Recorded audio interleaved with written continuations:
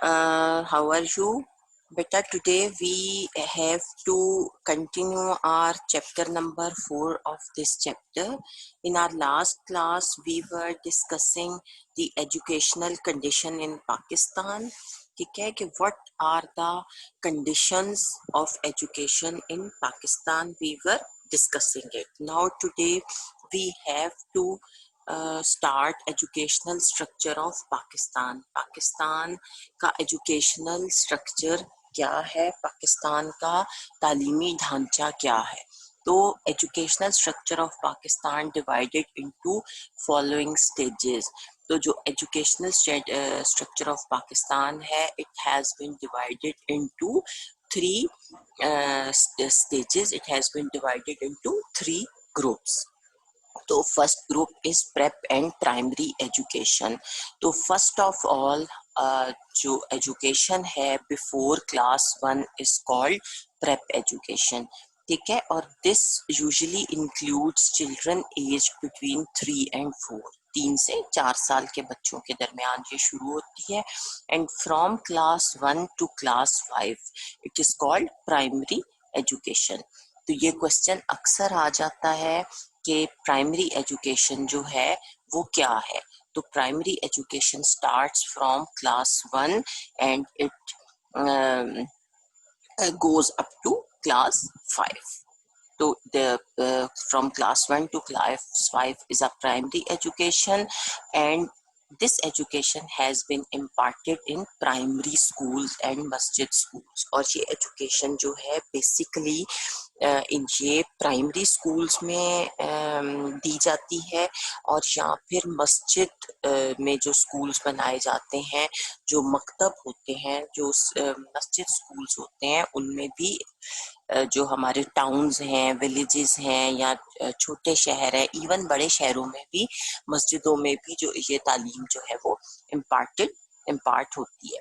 और federal and provincial governments are trying to establish primary schools in every village. ठीक है, and our government is trying very hard to open up the schools, primary schools in every village and in every town and in every city. जो हमारी federal government है, जो central government है, जो इस्लामाबाद से हमें ऑपरेट करती है मुल्क को, वो, और जो फेडरेशन को डील करती है, फेडरेशन जिसके अंडर है, और जो हमारी प्रोविंशियल गवर्नमेंट है, which is a government which is controlling our province.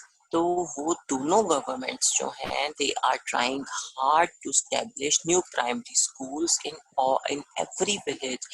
And the reason is this, that our government tries that all the citizens are given similar educational opportunities.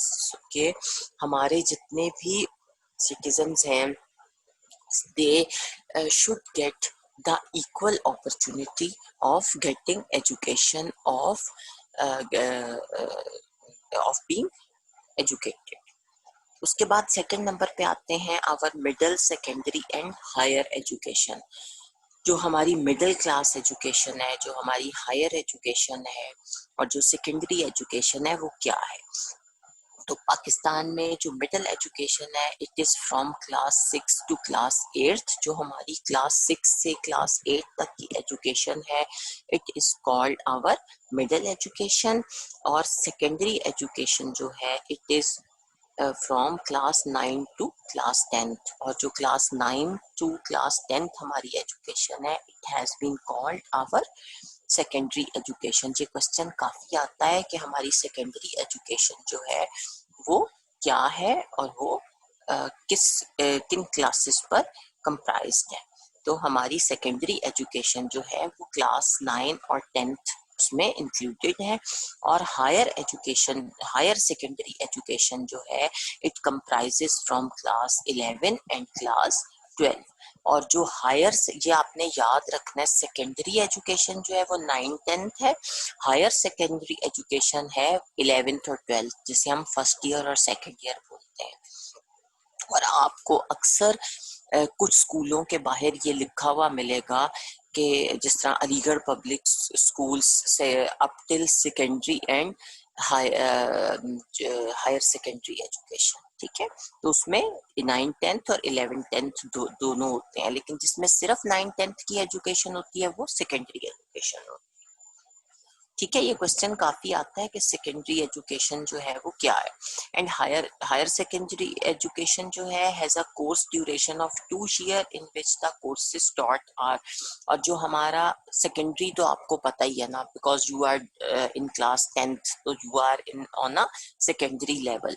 तो उसके बाद जो हायर सेकेंडरी एजुकेशन है, जो हमारी higher secondary education है, it has a course duration of 2 years, ये 2 साल का कोर्स प्रोग्राम है, in which the courses taught are arts, science and commerce. और इसमें क्या क्या सब्जेक्ट्स पढ़ाए जाते हैं? साइंस पढ़ाई जाती है, आर्ट्स पढ़ाई जाती है और कॉमर्स पढ़ाई जाती है। आप एफएससी करते हो ना, तो वो साइंस है।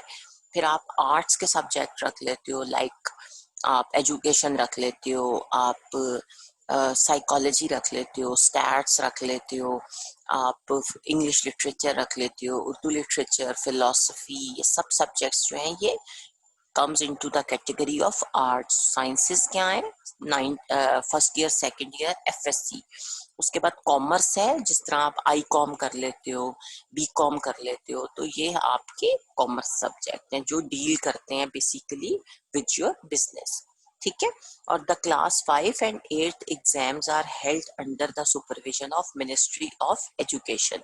और हमारी जो क्लास 5 और क्लास 8 के एग्जाम्स हैं, जिन्हें हम कहते हैं कि 5 और 8 में बोर्ड के एग्जाम्स होते हैं, तो वो कौन लेता है?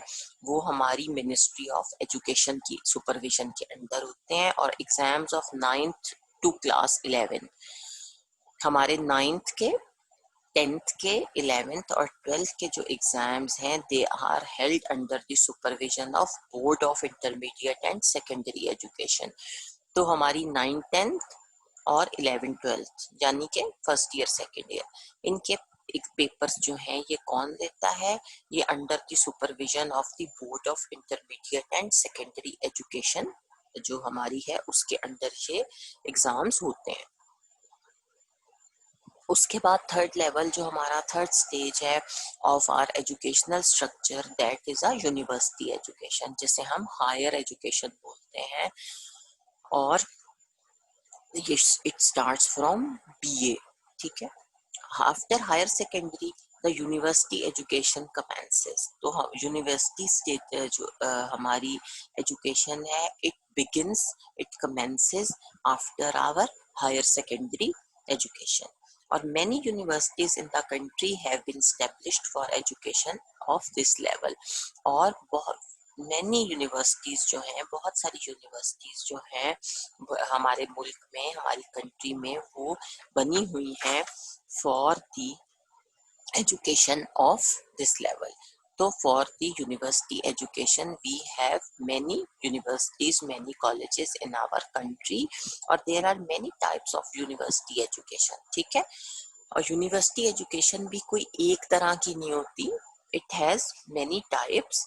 और इस this education includes the degrees of BA, BSc, MA, MSc, ठीक है, एमकॉम, ये सारी जो है आपकी ये यूनिवर्सिटी एजुकेशन है। And many colleges provide higher education as well, और कुछ कॉलेजेस ऐसे भी हैं जो हमारी हायर एजुकेशन भी प्रोवाइड करते हैं यूनिवर्सिटीज के अलावा।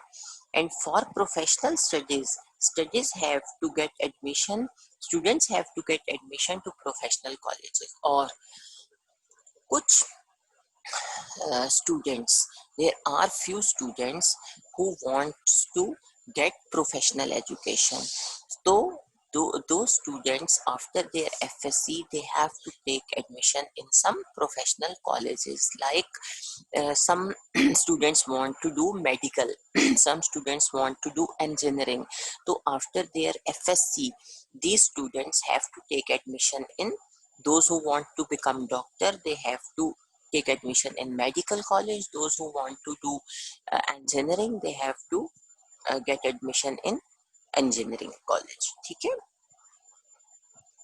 For subjects like commerce, agriculture and other art related branches of knowledge there are colleges and universities established for this purpose. और there are few subjects जिस तरह like कॉमर्स है, जैसे I Com, B Com, I Com, B Com. I Com तो हमने पढ़ लिया कि फर्स्ट ईयर सेकेंड ईयर है, ठीक है। बी कॉम है थर्ड ईयर फोर्थ ईयर हमारी यूनिवर्सिटी एजुकेशन। फिर उसके बाद एम कॉम है।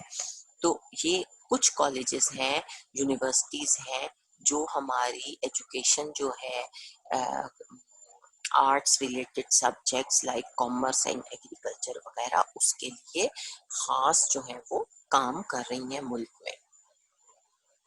So our country, our government is trying hard to promote our education at every level.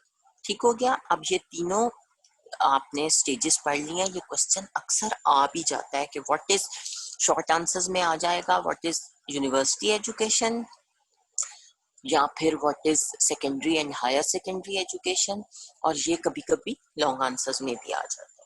Next हमारी हेडिंग है एजुकेशनल प्रॉब्लम्स ऑफ पाकिस्तान। अब वो कहता है कि there are certain problems which comes in the way when we are talking about our educational structure। जब हम अपने educational structure की बात करते हैं तो there are few problems which arise in our during our educational process। तो the important educational problems of Pakistan are, Pakistan is facing the problem of overpopulation। Everybody knows कि पाकिस्तान जो है is a heavily populated country, so Pakistan is facing a problem of overpopulation। हम अपनी आबादी के ज्यादा होने का प्रॉब्लम फेस कर रहे हैं, and due to this the number of educational institution is falling short, and as long as our population is increasing very rapidly, our population, our people are increasing very rapidly, the number of educational institutions जो हैं they are not raising at the same level, and the educational institutions are falling short, कम हो रहे हैं, and students are not getting adequate opportunity to study।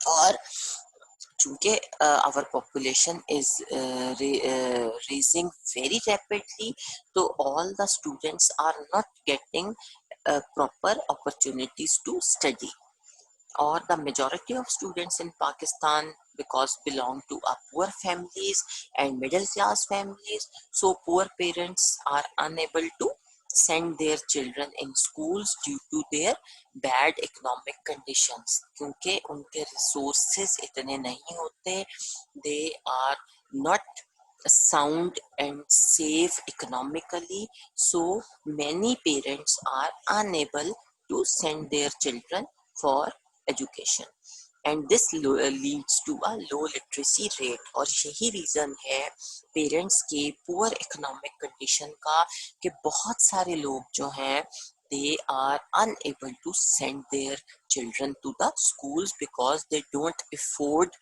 to send their children to the school।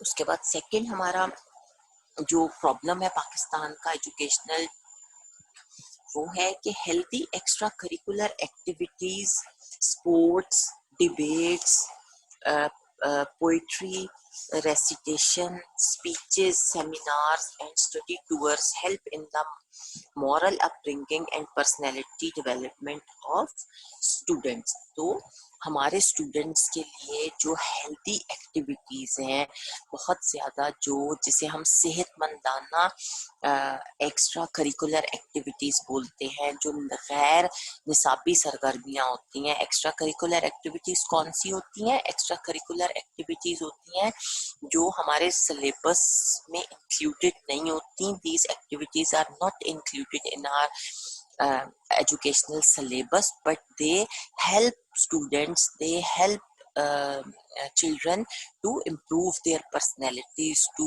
build up their characters, to improve their mental health as well।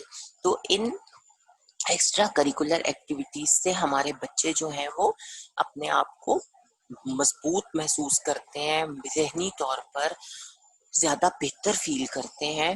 और इन activities में क्या क्या चीज़ें आ जाती हैं? स्पोर्ट्स आ जाते हैं, डिबेट्स आ जाती हैं, पोइट्री रेसिटेशन जिसे हम शेरो शायरी के मुकाबले कहते हैं, और मुबाहिसे हैं, फिर स्पीचेस हैं, तकरीरें जिन्हें बोलते हैं। उसके बाद हमारे मजा जो हैं वो सेमिनार्स हैं, स्टडी टूर्स हैं, जो कि हमारे मज़ाकरों और मुतालियाती दौरे हैं। इनसे भी तुलबा की जो मॉरल तरबियत है, उनकी इखलाकी तरबियत है, ज़ाहिर है वो डिग्री तो नहीं देंगे ये सब एक्टिविटीज़, लेकिन आपका मॉरल करेक्टर जो है उसको बिल्डअप करेंगे, और in the long run they help the personality development of the children. बच्चों की जो शख्सियत है उसकी डेवलपमेंट में एक बहुत अहम और इम्पोर्टेंट रोल जो है वो प्ले करेंगे। और ये जो हमारी फैसिलिटीज हैं for these activities in our educational institutions are limited, और हमारी एजुकेशनल इंस्टीट्यूशंस जो हैं they don't afford to to build up to offer such extracurricular activities, और अगर हैं भी तो they are on a limited scale। तो हमारे जो एजुकेशनल इंस्टीट्यूशंस हैं वो बहुत ज़्यादा शायद फाइनेंशियली स्ट्रॉन्ग नहीं होते, बहुत ज़्यादा स्टेबल नहीं होते, और कुछ लोग जो हैं वो शायद इनको इम्पोर्टेंस भी नहीं देते इतनी इन एक्टिविटीज़ को, तो वो लैक करते हैं ये इन एक्टिविटीज़। ठीक है, now turn your page, I am also going to turn my page.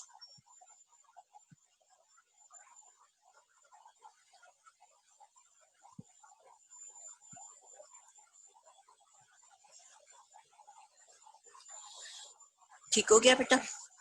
उसके बाद another problem, another educational problem of Pakistan is कि majority of parents in Pakistan want to make their children either engineer or doctor। ठीक है, all the parents want कि उनका बच्चा either doctor और engineer बने, उसके अलावा और कुछ ना करे। और students aptitude and mental capability capacity are not consider, और we don't consider our child's aptitude, उसका रुझान क्या है, उसकी मेंटली वो कितना साउंड है, क्या वो इतना टफ स्टडीज कर सकता है। लेकिन हम कहते हैं हमारा बच्चा या डॉक्टर बनेगा या इंजीनियर बनेगा। और students are forced to study science subjects which place a psychological pressure on them. और हम क्या करते हैं, we pressurise our children, we pressurise our students के वो साइंस पढ़े, और इससे क्या होता है, इससे उनकी जो साइकोलॉजिकल हेल्थ होती है, उनका जो ऊपर जो प्रेशर होता है साइकोलॉजिकली, जहनी तौर पर जो जो साइकोलॉजिकली नफ्सियाती तौर पर वो लोग बच्चे जो हैं वो चूंकि उनके रुझान का ख्याल नहीं रखा जाता, तो उनके ऊपर नफ्सियाती दबाव बहुत ज्यादा बढ़ जाता है और वो अपनी स्टडीज को टाइम नहीं दे पाते। फिर the budget allocated for education in Pakistan is insufficient. There is a scarcity of teachers as well. Another problem is this कि जो budget allocate होता है from the government of Pakistan, वो that is not sufficient, that is insufficient, काफी नहीं है।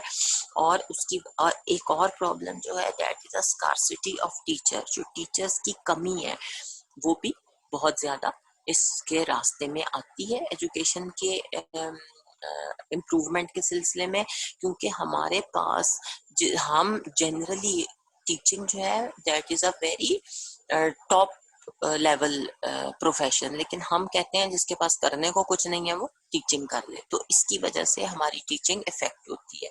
तो हमारे पास बहुत जो है वो लैक करते हैं टीचर्स भी। फिर अनदर प्रॉब्लम इज दिस कि there are some faults in our examination system. ठीक है, कुछ गलतियां हैं इम्तिहानी सिस्टम में। दिस इंक्लूड्स रूट लर्निंग, रट्टा रट्टा मारते हैं स्टूडेंट्स, चीटिंग करते हैं students, question papers being leak हो जाते हैं क्वेश्चन पेपर्स एग्जाम से पहले, and the attitude of the examination staff. फिर हमारा जो एग्जामिनेशन स्टाफ है जो हमारे इम्तिहानात ले रहा है उसका रवैया भी कोई इतना अच्छा नहीं होता, शॉर्टेज ऑफ टाइम होता है and the method of assessing paper. हमें बहुत ज़्यादा सवाल जो हैं वो 3 घंटे या 2 घंटे या 1.5 घंटे में करने के लिए दे दिए जाते हैं, जिससे हमारे पास टाइम की कमी हो जाती है। और फिर जो पेपर्स को असेस कर रहे हैं, चेक कर रहे हैं, जो हमें असेस कर रहे हैं कि where are students stand, where are students जो है वो where are students are standing, वो भी कोई इतना accurate system of assessing papers नहीं है। To increase the intellectual capacity and performance of students, the exam system of exams should be made transparent and effective. And if we want to increase the intellectual capacity of our students, और अगर हम चाहते हैं कि जो हमारा examination और हमारा एजुकेशनल स्ट्रक्चर बेहतर हो, तो जो स्टूडेंट्स हैं उनकी जो ज़हनी कैपेसिटी है, इस्तेताअत है, और उनकी जो कैपेबिलिटी है उसको बड़ा ज़्यादा करें, तो हमें क्या करना होगा, हमें अपना एजुकेशनल सिस्टम जो है इट शुड बी ट्रांसपेरेंट, साफ होना चाहिए। हमें पता हो कि हमने क्या किया है और हमें कितने नंबर्स मिले हैं, और इफेक्टिव होना चाहिए, मौसर होना चाहिए। फिर another problem is political interventions. तो जो पॉलिटिकल इंटरवेंशन है, जो हमारे इंस्टीट्यूशंस में सियासी इंटरफियरेंस है, मदाखलत है, उससे भी एजुकेशनल सिस्टम बहुत ज़्यादा इफेक्ट होता है, और स्टूडेंट्स जो हैं वो डायरेक्टली सियासत में इन्वॉल्व हो जाते हैं, जिससे उनकी पढ़ाई जो है वो इफेक्ट होती है। Then another problem is different courses are taught in Pakistan in government and private educational systems. और this is a very important factor कि there are two types of syllabuses in our country. जी ये जो कि हमारे private schools हैं वो इतना hi fi और टफ सिलेबस पढ़ाते हैं, और जो हमारे गवर्नमेंट स्कूल्स हैं वो इतना लो सिलेबस है उनका कि वो बिल्कुल बच्चों को उस लेवल पर नहीं लेकर आता जिस लेवल पर प्राइवेट स्कूल्स के बच्चे जो होते हैं वो अच्छा सिलेबस पढ़ के आ जाते हैं। तो हमारे स्टूडेंट्स जो हैं, जो हमारे प्राइवेट स्कूलों के बच्चे हैं और हमारे गवर्नमेंट स्कूलों के बच्चे हैं, वो एट पार नहीं हैं, वो एक जैसे नहीं है तालीमी एतबार से। ठीक है, तो ये भी बहुत बड़ा प्रॉब्लम है। और दिस ड्यूअल सिस्टम, ये जो डबल जो हमारा कोर्सेज सिस्टम है एजुकेशन का, it also takes the form of an educational problem. ये भी एक एजुकेशनल प्रॉब्लम है। And this lacks a uniform system of education is harmful for Pakistan unity and solidarity. और ये जो है जो हमारे मुल्क में कमी है एक जैसे सिलेबस की, ये बहुत हार्मफुल है फॉर पाकिस्तान यूनिटी और सॉलिडेरिटी। जो पाकिस्तान की यकजहती है और पाकिस्तान की सालमियत है, उसके लिए ये बहुत बड़ा खतरा है। क्योंकि हम दो तरह के बच्चे प्रोड्यूस कर रहे हैं ना, एक वो बच्चे जो compete करते हैं, बाहर जाके पढ़ते हैं, बाहर की यूनिवर्सिटीज से पढ़ के आते हैं, और एक वो बच्चे जिनको उस तरह का सिलेबस नहीं पढ़ाया गया, वो लिमिटेड सा सिलेबस पढ़ते हैं, ना उनकी अंग्रेजी अच्छी है, ना उनका मैथ्स के ऊपर इतनी तवज्जो है, ना साइंसेस के ऊपर इतनी तवज्जो है। तो फिर वो बच्चे जो जाहिर है प्राइवेट एजुकेशन हासिल करते हैं और वो बहुत बड़ी बड़ी यूनिवर्सिटियों से पढ़ते हैं, वो डेफिनेटली आगे निकल जाते हैं दूसरे बच्चों से। ठीक है जी। Now another educational problem is कि most of our educational institution जो है they face a problem of lack of basic facilities. So there are certain facilities which are not available for certain schools, जिस तरह के साफ पानी, clean water problem है, electricity shortage है, बार बार लाइट जाती है, गर्मी है, कूलर्स नहीं है पानी के ठंडे। तो आपको तो ऐसा कोई प्रॉब्लम नहीं है, आपके तो माशाल्लाह हर वक्त एसी चल रहे होते हैं, लेकिन देयर आर स्कूल्स वो जो कि लैक करते हैं इन बेसिक फैसिलिटीज को। और फॉल्टी सिस्टम ऑफ सैनिटेशन है, जो हमारा सैनिटेशन का सिस्टम है वो भी कोई इतना ज़्यादा ठीक नहीं है। सैनिटेशन इश्यूज होते हैं जो हमारे गंदे पानी के निकास के सिलसिले के हो गए, और हमारा साफ पानी भी जो होता है वो भी उसके अंडर आता है।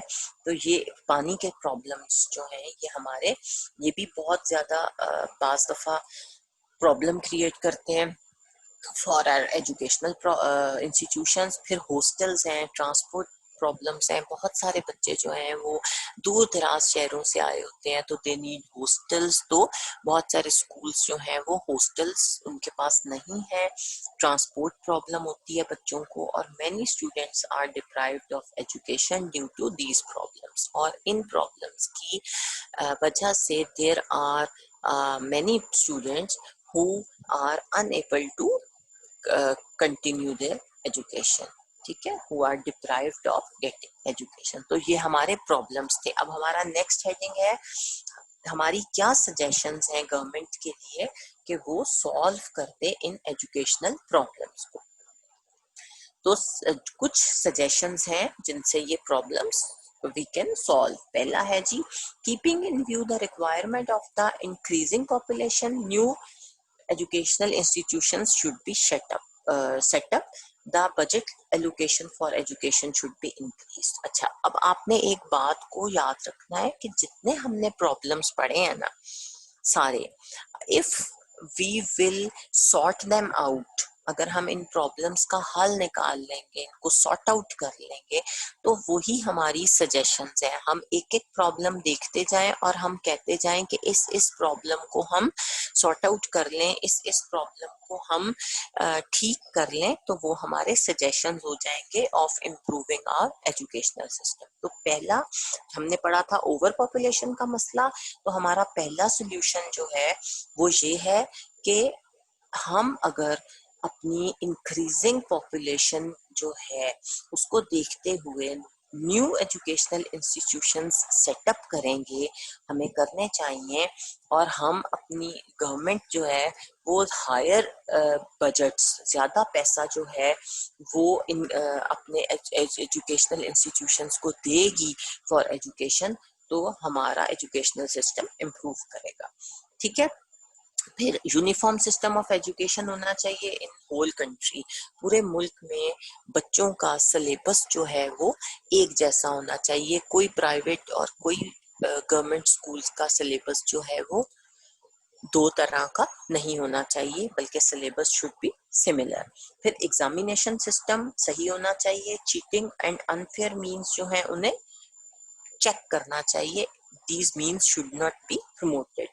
The student should keep a distance from political activities, हमें सियासत से बच्चों को दूर रहना है, और so that they can concentrate upon their studies। फिर another solution is कि teachers should be encouraged, और हमें अपने टीचर्स को, अपने उस्ताज़ा को प्रमोट करना है, उन्हें एनकरेज करना है, उन्हें अच्छी सैलरीज देकर, उन्हें एक बाइज्जत मकाम देकर, ताकि वो एजुकेशन डिपार्टमेंट जो है उसे सिर्फ इसलिए ना चूज करें कि उन्हें और कुछ करने को नहीं है, बल्कि इसको एक मुकद्दस पेशा समझ के, मुकद्दस फर्ज समझ के अपनाएं। ठीक हो गया। फिर है all government educational institutions must be provided with sports fields और क्लीन वाटर और अदर फैसिलिटीज, और गवर्नमेंट को प्रोवाइड करने चाहिए हर स्कूल्स को बहुत बड़े बड़े ग्राउंड्स, ताकि बच्चे जो हैं वो स्पोर्ट्स एक्टिविटीज कर सकें, पानी साफ और दूसरी facilities. Another problem is solution is कि art and technical subject should be included in the curriculum, और हमारे सिलेबस में जो आर्ट्स के और जो टेक्निकल सब्जेक्ट्स होते हैं, कोई भी टेक्निकल चीज़ आप सीख लो, कोई चीज़ किस तरह ठीक होती है, कोई चीज़ किस तरह बनती है, किसी चीज़ को किस तरह खोल के चेक करना है कि ये ठीक है कि ख़राब है, कोई टेक्निकल आपके हाथ में हुनर होना चाहिए, या कोई आर्ट रिलेटेड सब्जेक्ट आपको पढ़ाए जाने चाहिए, उससे भी एजुकेशनल सिस्टम जो है वो इम्प्रूव करेगा। देन अनदर सोल्यूशन इज कि जो मदरसा स्कूल्स हैं उसमें साइंस और दूसरे जो कन्वेंशनल सब्जेक्ट्स हैं, जो हमारे इस दौर के दूसरे सब्जेक्ट्स हैं और साइंसेज हैं, उनको भी पढ़ाया जाए। सिर्फ उर्दू और हिसाब और अंग्रेजी ही ना पढ़ाई जाए, बल्कि दूसरे सब्जेक्ट्स भी पढ़ाए जाए। Another solution is कि educational institutions should be provided with facilities for healthy extracurricular activities और hobbies. तो एक और solution ये है कि हमारे schools जो हैं वो provide करें healthy extracurricular activities. Syllabus के अलावा healthy एक्स्ट्रा करिकुलर एक्टिविटीज भी वो ऑफर करें, जिस तरह डिबेट्स के मुकाबले हो गए, जिस तरह ड्रामेटिक क्लब हो गया, जिस तरह स्पोर्ट्स हो गई, जिस तरह हमारे और इस तरह के जो एक्टिविटीज हैं वो भी होनी चाहिए. फिर अनदर solution is कि subjects should be taught according to the aptitude and mental capability of students. और हमें वो subjects पढ़ाने चाहिए जिन्हें बच्चे शौक से पढ़ते हैं और बच्चों की ज़हनी इस्तात के मुताबिक हो. मसलन आज से कुछ चंद साल पहले कंप्यूटर्स जो था वो हमारे सिलेबस का हिस्सा नहीं था, लेकिन बच्चों के इंटरेस्ट और सोसाइटी की डिमांड के हिसाब से उसे हमने सिलेबस का हिस्सा बना दिया. तो हमें वो सब्जेक्ट्स इंक्लूड करने चाहिए जो हमारे बच्चों के एप्टीट्यूड के मुताबिक हो. ठीक है. उसके बाद है improvement should be brought about in education sector to dispel the worries of students. और हमें अपने एजुकेशनल सिस्टम को जो है वो इम्प्रूव करना है. जो हमारे स्टूडेंट्स की परेशानियां हैं, तकलीफें हैं, वरीज हैं, उनको ख़त्म करके डिस्पेल करके हमें अपने इम्प्रूवमेंट लानी है एजुकेशनल सिस्टम. क्लियर बेटा.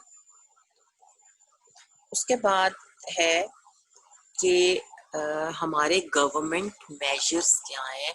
हमारी गवर्नमेंट जो है उसने कौन कौन से स्टेप्स जो हैं वो लिए हैं, कौन कौन से इक़दामात किए हैं हमारे एजुकेशनल सिस्टम को इम्प्रूव करने के लिए.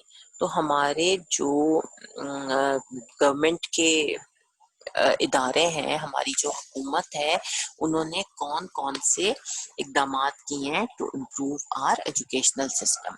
तो सबसे पहले to hasten the pace of educational development, the following the measures are taken by the government. और हुकूमत ने जो हमारी तालीमी तरक्की है, जो हमारी एजुकेशनल प्रोग्रेस है, एजुकेशनल डेवलपमेंट है, उसको तेज करने के लिए, हैस्टन करने के लिए कुछ स्टेप्स लिए हैं. उसमें सबसे पहले है जो हमारी फ्री एजुकेशन है, प्रेप से जो prep to secondary level education है उसको गवर्नमेंट ने फ्री कर दिया है. और फ्री टेक्स्ट बुक भी गवर्नमेंट जो है बच्चों को फ्री तालीम भी दे रही है और बच्चों को फ्री किताबें भी साथ प्रोवाइड करती है. ठीक है. फिर है जो हमारी स्कॉलरशिप्स हैं बच्चों के लिए, एलिमेंट्री एजुकेशन के लिए, जो इब्तदाई तालीम के लिए वज़ाइफ हैं, स्कॉलरशिप्स हैं, वो भी गवर्नमेंट जो है वो प्रोवाइड करती है स्टूडेंट्स को. उसके बाद है restructuring of the curriculum keeping in mind the future needs and on scientific basis. और जो हमारी फ्यूचर की रिक्वायरमेंट्स हैं कि हमें आज से 10 साल बाद मुल्क में कौन कौन सी चीज़ों की ज़रूरत होगी, कौन कौन से डिपार्टमेंट्स में हमें इम्प्रूवमेंट की ज़रूरत होगी. तो उसकी फ्यूचर की नीड्स को सामने रखते हुए साइंटिफिक बेसिस के पे हमारे अकॉर्डिंगली जो हमारा सिलेबस है उसको दोबारा से इम्प्रूव जो है वो करना चाहिए. ठीक हो गया. उसके बाद है cooperation with government and private sectors and their whole hearted encouragement for the promotion of technical vocational and scientific education. और हमारी टेक्निकल वोकेशनल और साइंटिफिक जो एजुकेशन है उसको प्रमोट करने के लिए हमारे जो गवर्नमेंट और जो हमारे प्राइवेट स्कूल्स हैं उनके साथ कोऑपरेट करना चाहिए. बेटा नेक्स्ट पेज आप लोग भी टर्न कर लो, मैं भी टर्न कर लेती हूँ.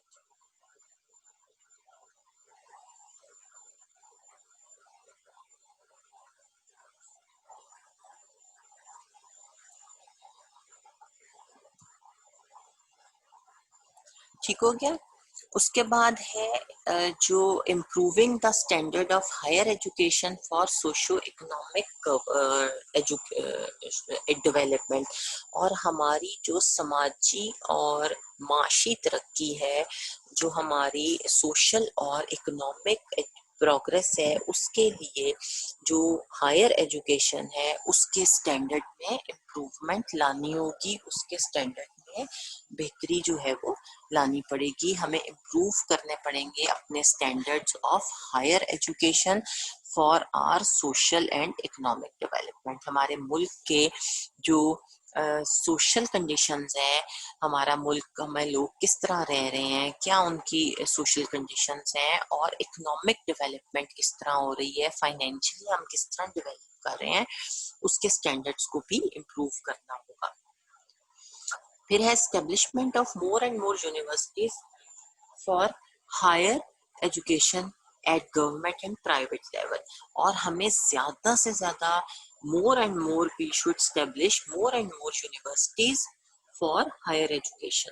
ठीक है, ज्यादा से ज्यादा यूनिवर्सिटीज बनानी पड़ेंगी, गवर्नमेंट लेवल पर भी और प्राइवेट लेवल पर भी। क्लियर? नाउ नेक्स्ट मेजर के establishment of education foundation for the solution of educational problem at national and provincial level, और हमारा जो कौमी और सूबाई सतह है, नेशनल और प्रोविंशियल जो हमारे लेवल्स हैं, उनके ऊपर जो हमारे एजुकेशनल प्रॉब्लम्स हैं उनके सॉल्यूशन के लिए एक एजुकेशन फाउंडेशन को कायम करना होगा। फिर है last is revolutionary efforts in the field of information technology, और सबसे इम्पोर्टेंट बात जो है वो ये है कि हमारा जो इंफॉर्मेशन टेक्नोलॉजी है, जो आईटी है, जो हमारे कंप्यूटर बेस्ड सेक्टर्स हैं, कंप्यूटर बेस्ड जो हमारी मुल्क की तालीम है, वो उसमें बहुत ज़्यादा इनकलाबी जो एफर्ट्स हैं वो करना बहुत ज़रूरी है। हमें अपने बच्चों को जो सबसे इम्पोर्टेंट चीज़ इस ज़माने में, आज के ज़माने में प्रोवाइड करनी है, जब जब कि हमारे बच्चों ने अब दुनिया सिमट के रह गई है, ग्लोबल विलेज बन गई है, तो अगर हम चाहते हैं कि हमारे बच्चे जो हैं वो compete करें पूरी दुनिया के बच्चों के साथ, नई नई एडवांसमेंट करें, नई नई चीज़ें सीखें, नए नए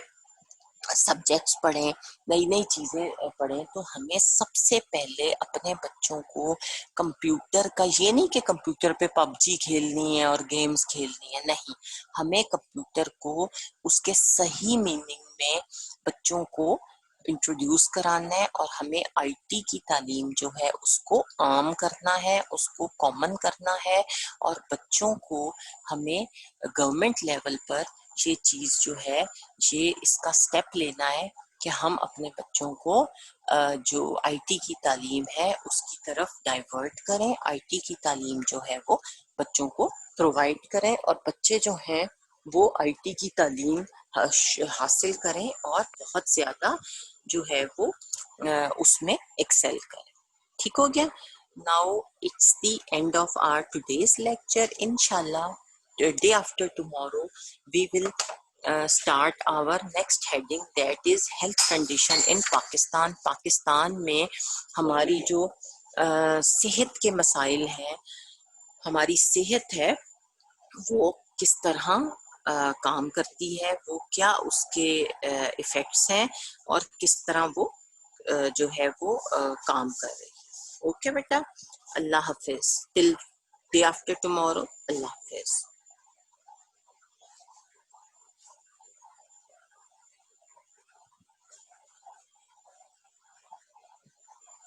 लो मैं बाहर भी नहीं है बेटा, मुझे अब तुम्हें रोटी बना के लेनी पड़ेगी, शाम को 10 मिनट वेट करना पड़ेगा, पापा आने वाले हैं।